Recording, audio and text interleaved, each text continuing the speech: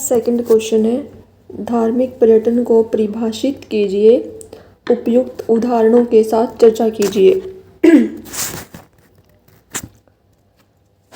धार्मिक पर्यटन वह पर्यटन है जिसमें लोग अपनी धार्मिक आस्था, विश्वास और आध्यात्मिक संतोष के उद्देश्य से विभिन्न प्रकार पवित्र स्थलों की यात्रा करते हैं।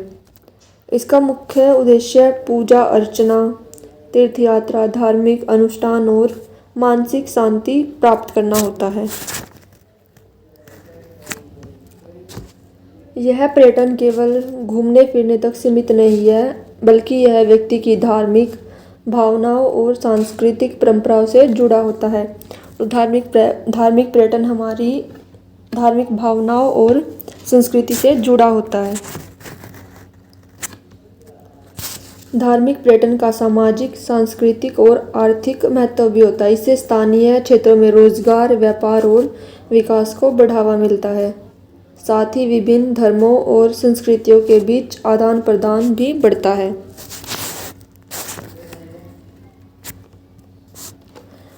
भारत में धार्मिक पर्यटन के कई प्रमुख उदाहरण मिलते हैं, जैसे वाराणसी यूपी में है, जहाँ पे लोग अपने पूर्वजों के पिंडदान करते हैं उनकी आत्मा की शांति के लिए, जिसे हिंदू धर्म में मोक्ष नगरी माना जाता है। और जहाँ यहाँ पे काशी विश्वनाथ मंदिर भी है। इसी प्रकार तिरुपति बालाजी मंदिर एक अत्यंत प्रसिद्ध तीर्थ स्थल है, जहाँ लाखों श्रद्धालु दर्शन के लिए जाते हैं। वैष्णो देवी मंदिर भी एक प्रमुख धार्मिक स्थल है, जहाँ भक्त कठिन यात्रा करके माता के दर्शन करते हैं। वैश्विक स्तर पर मक्का इस्लाम धर्म का सबसे पवित्र स्थल है, जहाँ मुसलमान हज एक टाइप की यात्रा होती है, करने जाते हैं। धार्मिक पर्यटन आस्था, संस्कृति और अर्थव्यवस्था को जोड़ने का एक महत्वपूर्ण माध्यम है। आई होप कि आपको क्वेश्चन समझ आया होगा। तो हमारा थर्ड क्वेश्चन है, उपयुक्त उदाहरणों के साथ पर्यटक स्थल के वाणिज्यीकरण पर विचार विमर्श कीजिए। वाणिज्यिकीकरण मतलब कि व्यापार के उद्देश्य से जो पर्यटन स्थल बनाए जाते हैं, जिनका मेन उद्देश्य होता है आर्थिक लाभ अधिक से अधिक हो। पर्यटक स्थलों का वाणिज्यिकीकरण उस प्रक्रिया को कहते हैं जिसमें पर्यटन स्थलों को आर्थिक लाभ कमाने के उद्देश्य से विकसित और उपयोग किया जाता है। इसमें होटल, रेस्तरां, परिवहन, बाजार, मनोरंजन केंद्र और अन्य सुविधाओं का विस्तार किया जाता है, ताकि अधिक से अधिक पर्यटक आकर्षित हो सके। वाणिज्यिकीकरण के कारण स्थानीय अर्थव्यवस्था को लाभ होता है, रोजगार के अवसर बढ़ते हैं, जैसे गाइड, होटल कर्मचारी, दुकानदार और परिवहन सेवाएं। उदाहरण के लिए गोवा में पर्यटन के कारण होटल उद्योग, बीच रिसोर्ट और नाइट लाइफ का तेजी से विकास हुआ।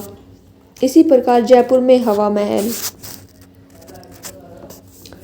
और आमेर का किला जैसे ऐतिहासिक स्थलों के आसपास बाजार और हस्तशिल्प उद्योग विकसित किए गए। हालांकि इसके कुछ नकारात्मक प्रभाव भी होते हैं। अत्यधिक वाणिज्यिकीकरण से पर्यावरण प्रदूषण, भीड़भाड़ और स्थानीय संस्कृति का क्षरण यानी कि सर्वनाश या नष्ट हो सकता है। कई बार पारंपरिक जीवन शैली पर भी दबाव पड़ता है। वाणिज्यिकीकरण से कई बार नेगेटिव इफेक्ट होते हैं, जिससे कि हमारी जो पारंपरिक जैसे कि जीवन शैली, संस्कृति, खान पान आदि पर भी इसका इफेक्ट पड़ता है। पर्यटक स्थलों का वाणिज्यिकीकरण विकास और समस्याओं दोनों को जन्म देता है। इसीलिए आवश्यकता है कि पर्यटन विकास संतुलित और टिकाऊ तरीके से किया जाए ताकि प्रकृति और सांस्कृतिक धरोहर सुरक्षित रह सके। फोर्थ क्वेश्चन है, पर्यटन में अमूर्त संस्कृति विरासत के रूप में भोजन और त्योहारों पर चर्चा कीजिए। अमूर्त यानी कि जिसको हम फील कर सके, जिसकी कोई मूर्त ना हो। पर्यटन में भोजन और त्योहारों को अमूर्त सांस्कृतिक विरासत का महत्वपूर्ण हिस्सा माना जाता है। अमूर्त सांस्कृतिक विरासत में वे परंपराएं, रीति रिवाज, उत्सव, संगीत, नृत्य और भोजन शामिल होते हैं जो किसी समुदाय की पहचान और संस्कृति को दर्शाते हैं। भोजन पर्यटन का एक आकर्षक तत्व है। प्रत्येक क्षेत्र का पारंपरिक भोजन उस स्थान की संस्कृति और जीवन शैली को समझने में मदद करता है। उदाहरण के लिए उत्तर भारत के पराठे, लिट्टी चोखा और दक्षिण भारत के डोसा इडली पर्यटकों को आकर्षित करते हैं। पर्यटक स्थानीय भोजन का अनुभव करके उस संस्कृति से गहराई से जुड़ते हैं। त्योहार भी पर्यटन में महत्वपूर्ण भूमिका निभाते हैं, जैसे दीपावली, होली, दुर्गा पूजा जैसे त्योहार में देश विदेश से बड़ी संख्या में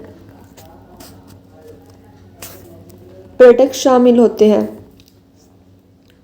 जो अमूर्त संस्कृति के फेस्टिवल्स होते हैं, जो भोजन नृत्य होते हैं, ये पर्यटकों को आकर्षित करते हैं और इससे उन्हें, जो स्थानीय लोग होते हैं, उनको भी आर्थिक तरीके से लाभ होता है।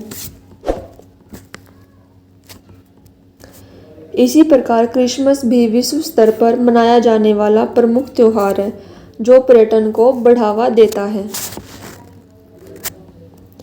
भोजन और त्योहार न केवल सांस्कृतिक पहचान को संरक्षित करते हैं बल्कि पर्यटन को भी बढ़ावा देते हैं और विभिन्न संस्कृतियों के बीच समझ और आदान प्रदान को मजबूत करते हैं। तो जो भोजन और त्योहार है वो केवल सांस्कृतिक पहचान नहीं प्रदान करते बल्कि पर्यटन को भी बढ़ावा देते हैं और संस्कृतियों के बीच आदान प्रदान की समझ बढ़ती है। हमारा फिफ्थ क्वेश्चन है, स्थानीय पर्यावरण और पर्यटकों से संबंधित कुछ मुद्दों पर विचार कीजिए।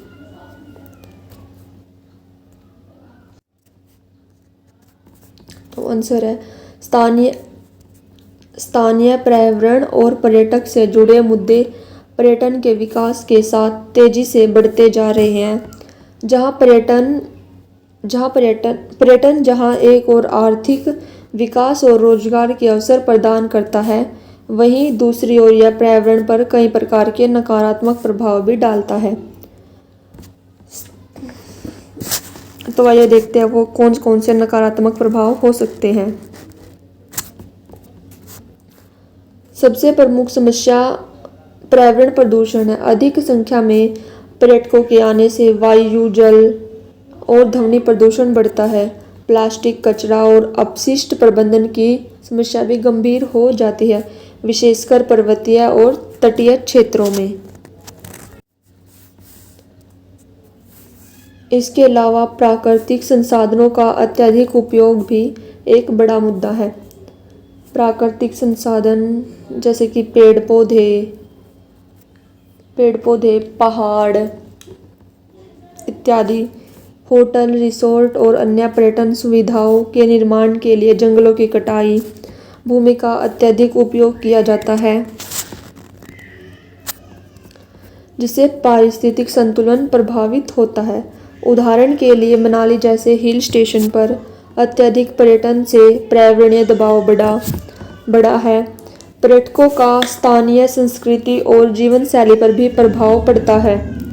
कभी कभी स्थानीय परंपराओं का व्यवसायीकरण हो जाता है, जिससे उनकी मौलिकता कम हो जाती है। अत्यधिक पर्यटन के कारण जो स्थानीय लोग होते हैं उनकी संस्कृति प्रभावित होती है और उसमें कुछ चेंज होती है, जिससे कि वो अपनी जो वास्तविक संस्कृति होती है उसका अस्तित्व खो देते हैं। पर्यटन और पर्यावरण के बीच संतुलन बनाए रखना आवश्यक है। सतत पर्यावरण को बढ़ावा देकर ही इन्हीं समस्याओं को नियंत्रित किया जा सकता है।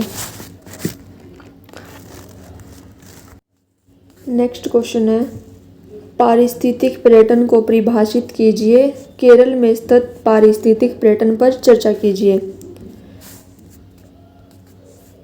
पारिस्थितिक पर्यटन ऐसा पर्यटन जिसे हम कह सकते हैं कि जो पेड़ पौधों, वन्यजीव आदि को हानि न पहुंचाए बिना और स्थानीय लोगों को आर्थिक लाभ पहुंचाने के उद्देश्य से बनाए जाते हैं। जिसके एग्जाम्पल ले तो हम काजीरंगा नेशनल पार्क जो कि असम में है और गिर राष्ट्रीय उद्यान गुजरात में। पारिस्थितिक पर्यटन या इको टूरिज्म वह पर्यटन है जिसमें प्राकृतिक पर्यावरण, जैव विविधता और स्थानीय संस्कृति का संरक्षण करते हुए यात्रा की जाती है। इसका उद्देश्य पर्यावरण को नुकसान पहुंचाए बिना प्राकृतिक क्षेत्रों का आनंद लेना है। तो पारिस्थितिक पर्यटन का मुख्य उद्देश्य क्या है? पर्यावरण को बिना नुकसान पहुंचाए बिना प्राकृतिक क्षेत्रों का आनंद लेना, पर्यावरण के प्रति जागरूकता बढ़ाना तथा स्थानीय समुदाय को आर्थिक लाभ पहुंचाना। यह पर्यटन का एक जिम्मेदार स्वरूप है जो सतत विकास के सिद्धांत पर कार्य करता है।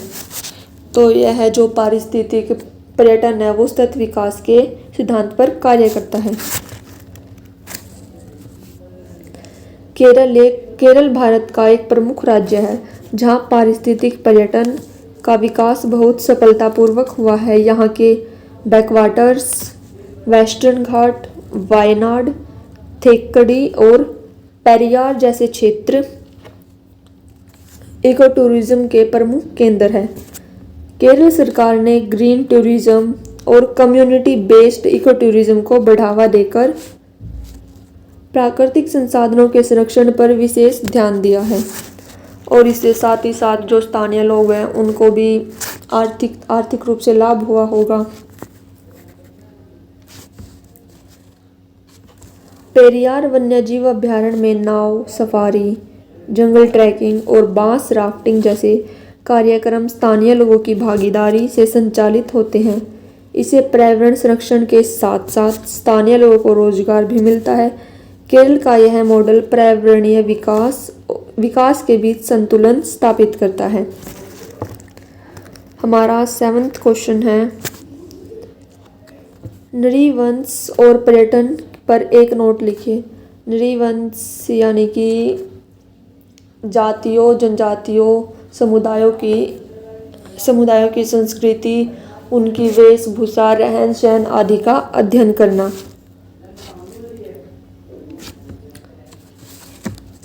नृवंश मानव शास्त्र की वह शाखा है जहाँ विभिन्न समुदायों, जनजातियों और संस्कृतियों के जीवन, रीति रिवाजों, भाषा, परंपराओं और सामाजिक संरचना का गहन अध्ययन किया जाता है।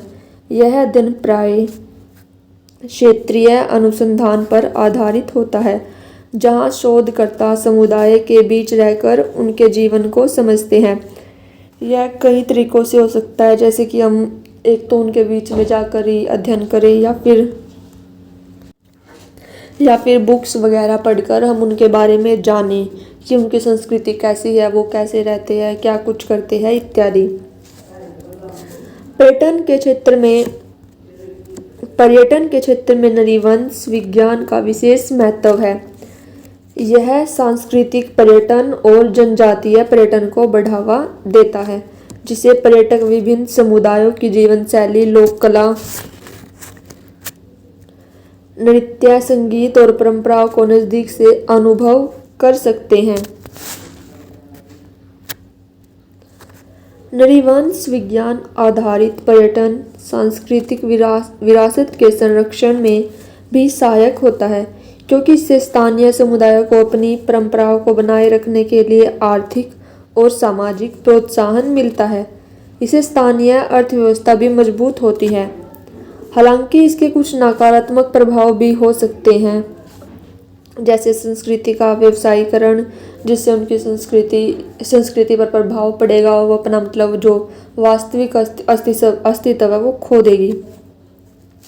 इसीलिए इसे सतत और जिम्मेदार तरीके से विकसित करना आवश्यक है, ताकि वो लोग अपनी जो संस्कृति है उसको बनाए रखे।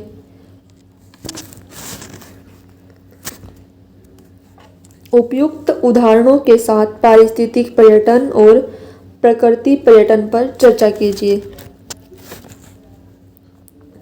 तो चलिए इसको समझने का प्रयास करते हैं। पारिस्थितिक पर्यटन और प्रकृति पर्यटन दोनों ही पर्यटन के ऐसे स्वरूप है जिनमें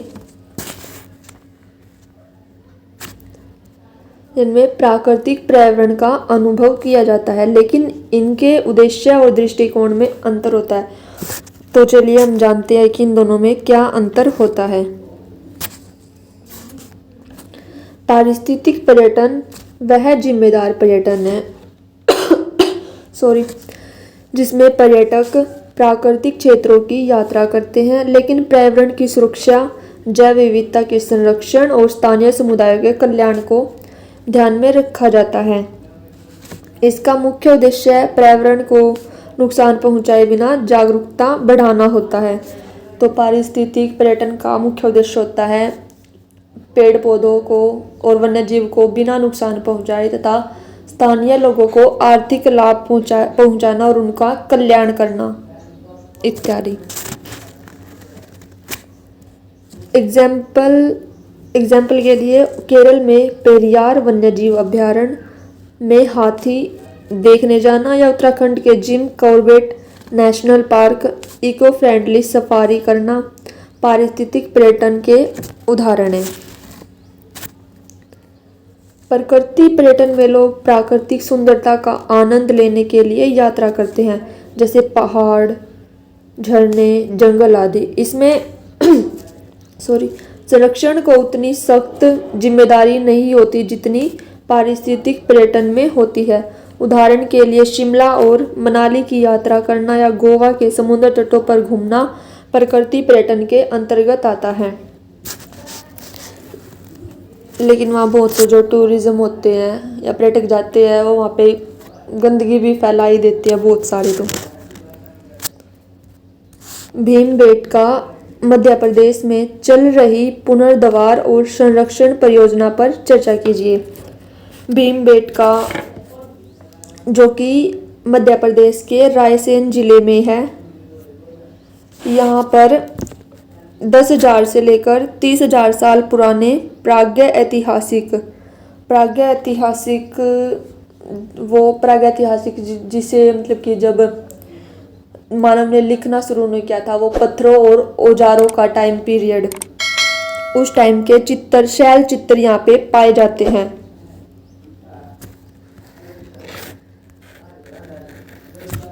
तो चलिए इसको समझते हैं। भीमबेटका मध्य प्रदेश एक प्रसिद्ध यूनेस्को विश्व धरोहर इसमें स्थित है। भीमबेटका को यूनेस्को की विश्व हेरिटेज लिस्ट में 2003 में शामिल किया गया था, जहाँ प्रागैतिहासिक काल की गुफा चित्रकला और मानव निवास के महत्वपूर्ण प्रमाण मिलते हैं। यहाँ की शैलश्रा कला हजारों वर्ष मतलब कि वो 10,000 से 30,000 साल पुरानी है। इसलिए इसके संरक्षण को बहुत महत्व दिया जाता है। भारतीय पुरातत्व सर्वेक्षण ASI द्वारा, जिसका जो ASI है उसका हेडक्वार्टर न्यू दिल्ली में है, जो कि मतलब जो पुरानी चीज़ होती है उन सभी का संरक्षण यही करता है। यहाँ पुनर्द्वार और संरक्षण कार्य किए जा रहे हैं। इसमें गुफाओं की दरारों की मरम्मत, कमजोर चट्टानों की स्थिरता करना और चित्रों की नमी, धूल तथा प्रकृति को क्षरण से बचाना शामिल है। कुछ संवेदनशील गुफाओं में पर्यटकों की आवाजाही सीमित कर दी गई है ताकि शैल चित्र सुरक्षित रह सके। मध्य प्रदेश पर्यटन विभाग की भी यहाँ सतत पर्यटन को बढ़ावा दे रहा है। इसके अंतर्गत नियंत्रित पर्यटक मार्ग, सूचना केंद्र और पर्यावरण अनुकूल संरचनाएं विकसित की जा रही हैं। इससे पर्यटन भी बढ़ता है और धरोहर को भी नुकसान नहीं होता। इसके साथ ही आधुनिक तकनीकों जैसे GIS, रिमोट सेंसिंग और पर्यावरणीय निगरानी का उपयोग भी किया जा रहा है ताकि स्थल की स्थिति पर लगातार नजर रखी जा सके। स्थानीय समुदायों को भी संरक्षण गतिविधियों में शामिल किया जा रहा है ताकि जागरूकता बढ़े, जिससे कि ये हेरिटेज मतलब जो है वो बची रहे और लोग इसको नुकसान ना पहुंचाए।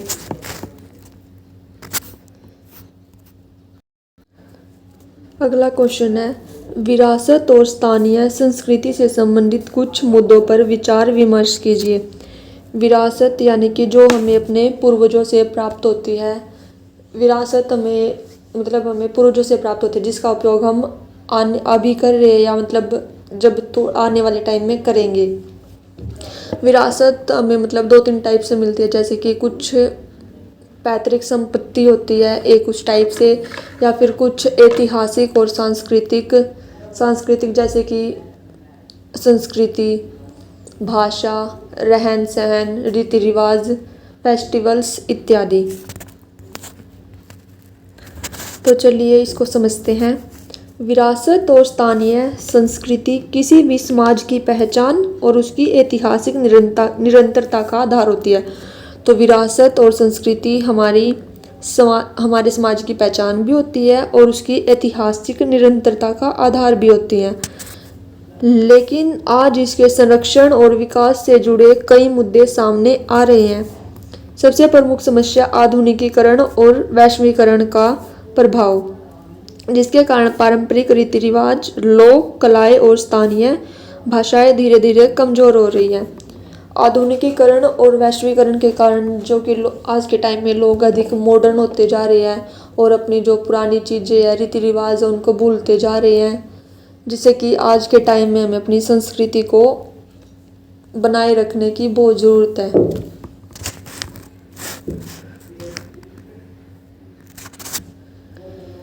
युवा पीढ़ी का झुकाव पश्चिमी संस्कृति की ओर बढ़ने से स्थानीय धरोहर सांस्कृतिक धरोहर में रुचि कम होती जा रही है। जो आज के युवा वो पाश्चात्य संस्कृति की ओर आकर्षित हो रहे हैं, उनका रहन सहन, खान पान, पहनावा आदि को अपने जीवन में अपना रहे हैं, और जिससे कि हमारी जो यहाँ की संस्कृति है, इंडियन कल्चर है, वो समाप्त होता जा रहा है।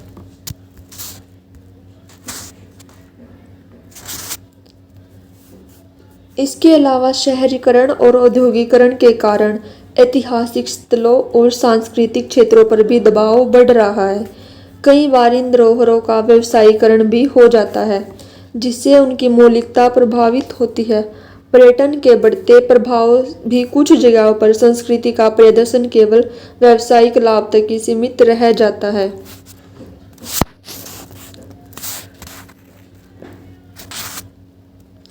एक अन्य समस्या संरक्षण के लिए पर्याप्त सरकारी और सामाजिक प्रयासों की कमी, दस्तावेजीकरण, शिक्षा और जागरूकता की कमी के कारण कई लोक परंपराएं विलुप्त होने की कगार पर हैं।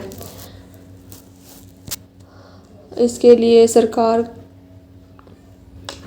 इन समस्याओं के समाधान हेतु स्थानीय समुदायों की भागीदारी, शिक्षा में सांस्कृतिक मूल्यों का समावेश और सतत नीतियाँ आवश्यक है ताकि विरासत और स्थानीय संस्कृति सुरक्षित रह सके। अगर हमें अपनी संस्कृति को बचाए रखना तो इसके लिए गवर्नमेंट को भी कुछ प्रयास करने चाहिए और जो स्थानीय लोग हैं उनको भी अपनी संस्कृति को अपनाना चाहिए और जो पाश्चात्य संस्कृति है उसको छोड़ना चाहिए, ताकि हम अपनी आने वाली पीढ़ियों को अपनी, जैसे कि हमारे पूर्वजों ने हमें अपनी संस्कृति विरासत के रूप में दी है, वैसे हम भी देके जा सके। आई होप कि क्वेश्चन आपको समझ आया होगा। हमारा नेक्स्ट क्वेश्चन है, पर्यावरणीय पर्यटन इको टूरिज्म क्या है? नागालैंड में सामुदायिक भागीदारी पर चर्चा कीजिए। पर्यावरणीय पर्यटन इको टूरिज्म वह पर्यटन गतिविधि है जिसमें प्राकृतिक पर्यावरण का संरक्षण करते हुए स्थानीय संस्कृति और जैव विविधता का सम्मान किया जाता है। इसका उद्देश्य प्राकृतिक संसाधनों को बिना नुकसान पहुंचाए पर्यटन को बढ़ावा देना स्थानीय समुदायों के आर्थिक विकास को सुनिश्चित करना होता है।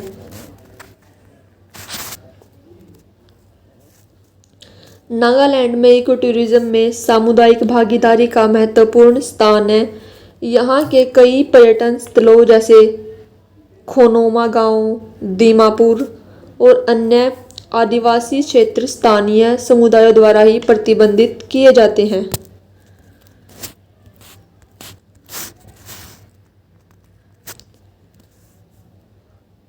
खोनोमा गांव को भारत का पहला ग्रीन विलेज माना जाता है, जहां शिकार पर रोक लगाकर जैव विविधता संरक्षण को बढ़ावा दिया गया। यहां की ग्राम परिषदें पर्यटन गतिविधियों का संचालन करती है और पर्यटकों से प्राप्त आय का उपयोग स्थानीय विकास में किया जाता है। नागालैंड में समुदाय लोग होमस्टे, हस्तशिल्प, पारंपरिक नृत्य और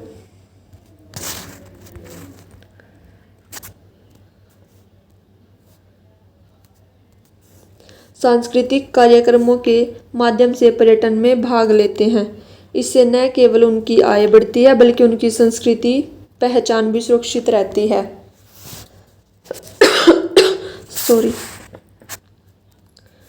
पर्यटन मानव विज्ञान के इतिहास पर एक टिप्पणी लिखिए।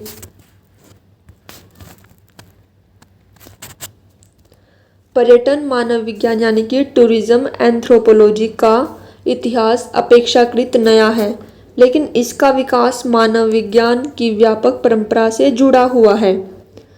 प्रारंभ में मानव विज्ञान मुख्यतः आदिवासी समाजों, संस्कृति और परंपराओं के अध्ययन तक सीमित था। तो पहले जो पर्यटन मानव विज्ञान है वो सिर्फ आदिवासी समाजों की संस्कृति, उनकी वेशभूषा, कल्चर इत्यादि से ही जुड़ा हुआ था। 20वीं सदी के मध्य में जब पर्यटन तेजी से वैश्विक गतिविधि के रूप में विकसित हुआ तब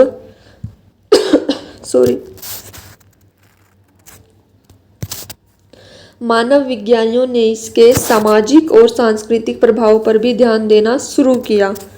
1960 और 70 के दशक में पर्यटन को एक महत्वपूर्ण सांस्कृतिक और आर्थिक घटना के रूप में देखा जाने लगा। इस समय शोधकर्ताओं ने यह अध्ययन करना शुरू किया कि पर्यटन कैसे स्थानीय संस्कृतियां, पहचान और परंपराओं को प्रभावित कर सकता है। तो जो है कि मतलब पहले तो वह ये होता था कि जो मतलब कि मानव विज्ञान पर्यटन है वो बस आदिवासी समाज तक ही सीमित था। वैलेंटाइन स्मिथ जैसे विद्वानों ने पर्यटक मानव विज्ञान को एक अलग अध्ययन क्षेत्र के रूप में स्थापित करने का महत्वपूर्ण योगदान दिया। आगे चलकर वैश्वीकरण और सांस्कृतिक आदान प्रदान के बढ़ते प्रभावों ने इस क्षेत्र को विस्तृत किया।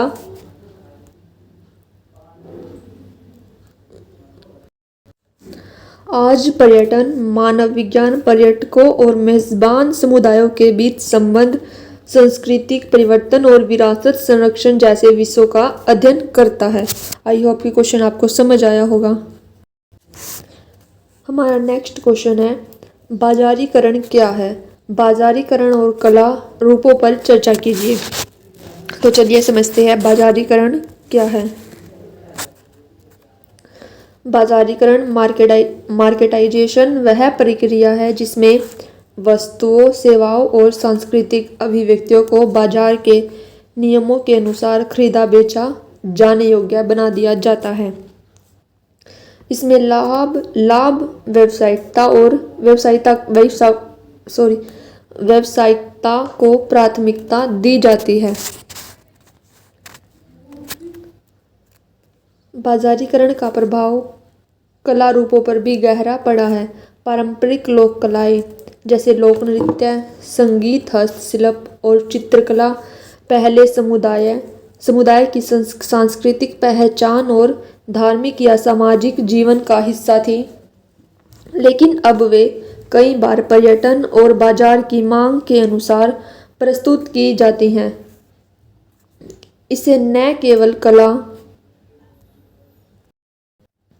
इससे इन कला रूपों में बदलाव आने लगता है और उनकी मूल प्रामाणिकता प्रभावित होती है। कई कलाकार अपनी कला को जीविका का साधन बनाने के लिए उसे बाजार की आवश्यकताओं के अनुसार ढालते हैं।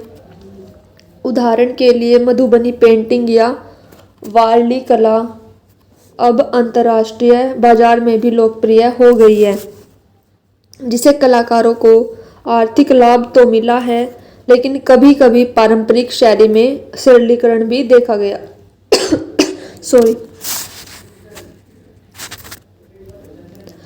हालांकि बाजारीकरण के कुछ सकारात्मक पहलू भी हैं, जैसे कला का वैश्विक प्रचार और कलाकारों को रोजगार के नए अवसर मिलना। बाजारीकरण कला रूपों को प्रभावित करता है, लेकिन यह संरक्षण और परिवर्तन दोनों की प्रक्रिया को भी साथ लेकर चलता है। बाजारीकरण से लोगों को रोजगार भी मिलता है साथ ही उन्हें एक नई पहचान भी मिलती है और उनके लिए वैश्विक स्तर पर भी नए नए अवसर मिलते हैं, जिससे कि वो खुद की ओर ज़्यादा डेवलप या ग्रोथ कर सके। हमारा नेक्स्ट क्वेश्चन है, मुक्त बाजार अर्थव्यवस्था के आने के साथ पर्यटन उद्योग कैसे बदल गया, इसकी व्याख्या कीजिए।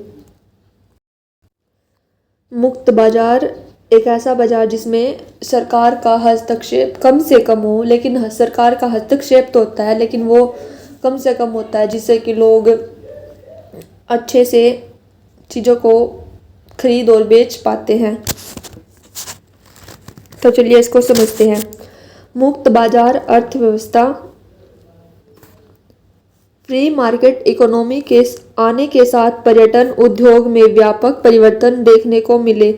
उदारीकरण, निजीकरण और वैश्वीकरण की नीतियों ने पर्यटन को एक तेजी से बढ़ते व्यवसायिक क्षेत्र में बदल दिया।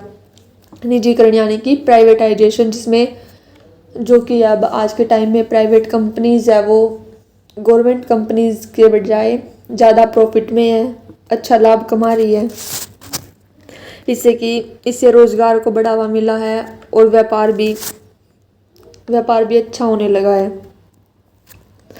पहले पर्यटन मुख्यतः सरकारी नियंत्रण और सीमित सुविधाओं तक ही सीमित था, लेकिन मुक्त बाजार व्यवस्था में निजी कंपनियों की भागीदारी बढ़ी। इससे होटल, ट्रैवल एजेंसियां, एयरलाइंस और ऑनलाइन बुकिंग सेवाओं का तेजी से विकास हुआ। प्रतिस्पर्धा बढ़ने से सेवाओं की गुणवत्ता में सुधार हुआ और यात्रियों को अधिक विकल्प मिलने लगे। जैसे कि जब से प्राइवेटाइजेशन हुआ है, नई नई कंपनियां मार्केट में आने लगी है, जिससे कि लोगों के पास अधिक ऑप्शन होते हैं, जो उन्हें अच्छा लगता है वो ले लेते हैं और प्रतिस्पर्धा की होड़ में लोग अच्छे से अच्छी चीज़ें बनाने की कोशिश करते हैं, जिससे कि मार्केट में उनकी वैल्यू अच्छी बनी रही।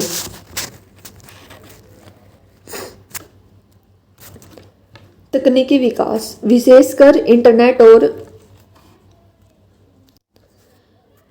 डिजिटल प्लेटफॉर्म्स ने पर्यटन को और अधिक सुलभ बना दिया। अब टिकट बुकिंग, होटल चयन और यात्रा योजना ऑनलाइन आसानी से की जा सकती है।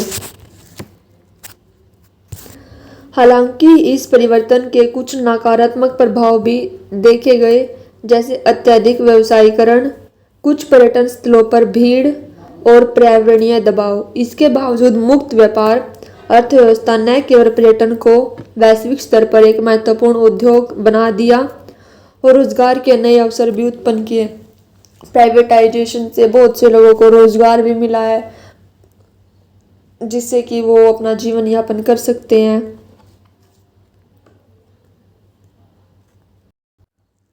आज के लिए इतना ही, मिलते हैं अगले वीडियो में। आई होप कि आपको सब समझ आया होगा। अगर वीडियो अच्छा लगे तो वीडियो को लाइक करना और चैनल को सब्सक्राइब करना। कुछ समय में इसका नेक्स्ट पार्ट भी आने वाला है।